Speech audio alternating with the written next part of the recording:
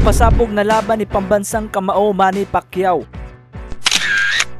Nagulat po ang mundo ng boxing mga idol dahil kanina lamang ay inanunsyo ng iba't ibang website ng boxing na nasa seryosong negosasyon na po ang kampo sa pagitan ni Manny Pacquiao at Mario Barrios. Ayon nga po kay Sin Gibbons mga idol, presidente ng MP Promotion, ay nasa maayos na pag-uusap na daw si Pacquiao at Barrios sa potensyal na bigating laban. Ito ang posibleng muling pagbabalik ni Manny Pacquiao mga idol matapos magretiro sa boxing. Kung matatandaan natin mga idol, ang huling laban ni Manny Pacquiao sa professional ay kontra Yordenis Ugas na kung saan natalo si pambansang kamao Manny Pacquiao via unanimous decision. Simula noon hindi na po napalaban si Pacquiao at tuluyan ang nilisa ng boxing. Ibang laban kasi ang kanyang gustong ipanalo noon mga idol, yun ay ang pagiging pangulo ng bansang Pilipinas. At ngayon mga idol, muling magbabalik si Pacquiao at mapapalaban pa sa kampiyon na si Mario Barrios. Alam naman natin mga idol na binugbog lang ni Barrios ang huling tumalo kay Pacquiao na si Yordenis Ugas. Hawak ngayon ni Mario Barrios ang interim WBC welterweight belt at dahil ginawang champion in recess itong si Terence Bud Crawford ng WBC, ay paglalabanan na ngayon ni Manny Pacquiao at Mario Barrios ang bakanting WBC welterweight belt. Ganyan po kalakas si Manny Pacquiao mga idol sa WBC president na si Mauricio Sulaiman. Tinalo pa ang mga top contender ng WBC dahil sa impluwensya ni Manny Pacquiao. Para sa akin mga idol, kung sakasakaling manalo pa rin si Manny Pacquiao sa laban na ito at tuluyang makabalik sa tuktok bilang kampiyon sa kabila ng kanyang edad na 44. Para sa akin mga idol, tapos ng usapang GOAT ng boxing o greatest boxer of all time. Wala nang dapat ipaliwanag dahil tapos na po ang usapang ito.